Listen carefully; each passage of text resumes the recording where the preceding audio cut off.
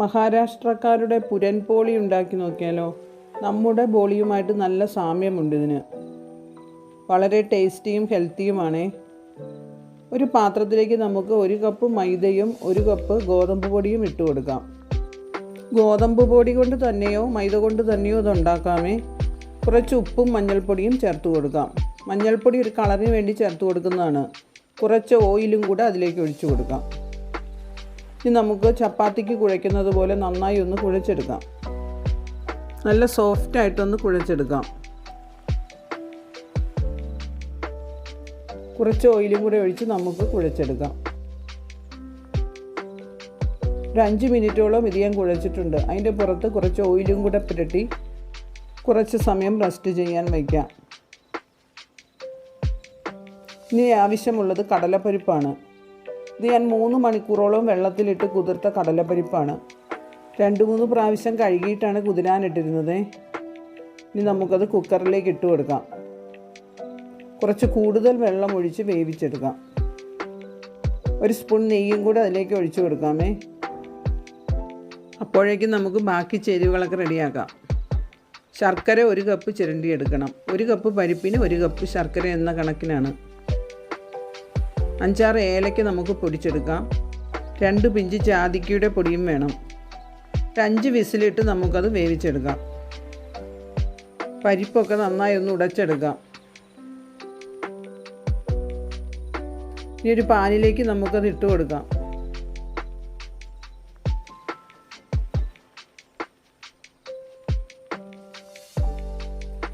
നേരത്തെ ചിരവി വെച്ചിരുന്ന ശർക്കരപ്പൊടിയും അതിലേക്ക് ചേർക്കാമേ. ഇനി രണ്ടും കൂടെ ഒന്ന് യോജിപ്പിച്ചെടുക്കണം. വെള്ളം നന്നായി വറ്റി വരുന്നിടം വരെ ഇളക്കി കൊടുക്കാം. ഇടയ്ക്കൊക്കെ ഓരോ സ്പൂൺ നെയ്യ് ചേർത്ത് കൊടുക്കാം. നന്നായി വെള്ളം വറ്റണം. ഈ സമയം ജാതിക്ക പൊടിച്ചതും ഏലക്ക പൊടിച്ചതുമൊക്കെ ചേർത്ത് കൊടുക്കാം. നേരത്തെ ചേർത്ത് കൊടുത്താൽ അതിൻ്റെ ഫ്ലേവറൊക്കെ നഷ്ടപ്പെടും.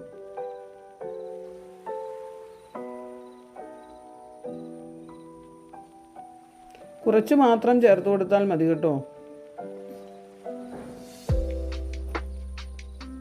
നന്നായി ഒന്ന് ഇളക്കി യോജിപ്പിക്കാം.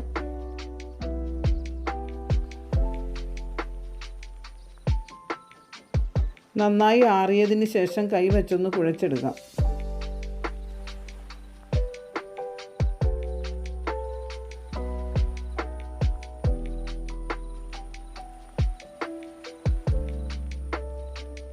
അധികം തരികളൊന്നുമില്ലാതെ വേണം കുഴച്ചെടുക്കാൻ.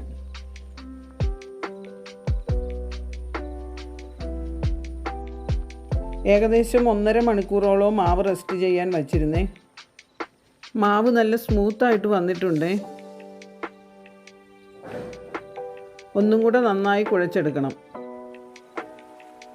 അതിനുശേഷം നമുക്ക് മാവ് ചപ്പാത്തിയുടെ ഉരുളകൾ പോലെയാക്കി കൈകൊണ്ടൊന്ന് പരത്തിയെടുക്കാം. അതിലേക്ക് കടലപ്പരിപ്പിൻ്റെ ഉരുളകൾ വച്ചു കൊടുത്ത് നമുക്കൊന്ന് പൊതിഞ്ഞെടുക്കാം. അതിനുശേഷം പയ്യെ പ്രസ് ചെയ്ത് കൊടുക്കണം. കടലപ്പരിപ്പ് എല്ലാ സൈഡിലും ഒന്ന് എത്തണ ഭാഗത്തിനൊന്ന് പ്രസ് ചെയ്ത് കൊടുക്കാം. എന്നാൽ പൊട്ടിപ്പോവുകയും ചെയ്യരുത്.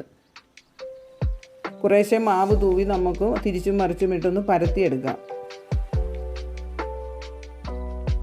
അധികം കനവും പാടില്ല. തവയിലേക്കോ പാനിലേക്കോ ഇനി ഇട്ട് കൊടുക്കാം.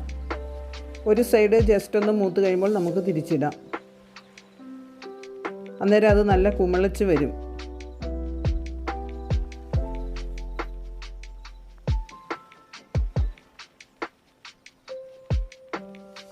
കുമിളച്ചതിന് ശേഷം മാത്രം നമുക്ക് നെയ്യ് തൂവി കൊടുക്കാമേ. നെയ്യ് ധാരാളമായിട്ട് ചേർക്കുമ്പോൾ ടേസ്റ്റ് കൂടുമേ.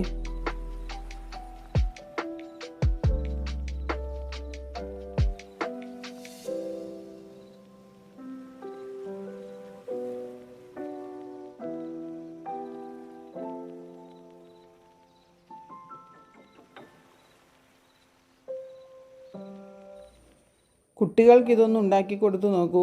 എല്ലാവർക്കും ഇഷ്ടപ്പെടും.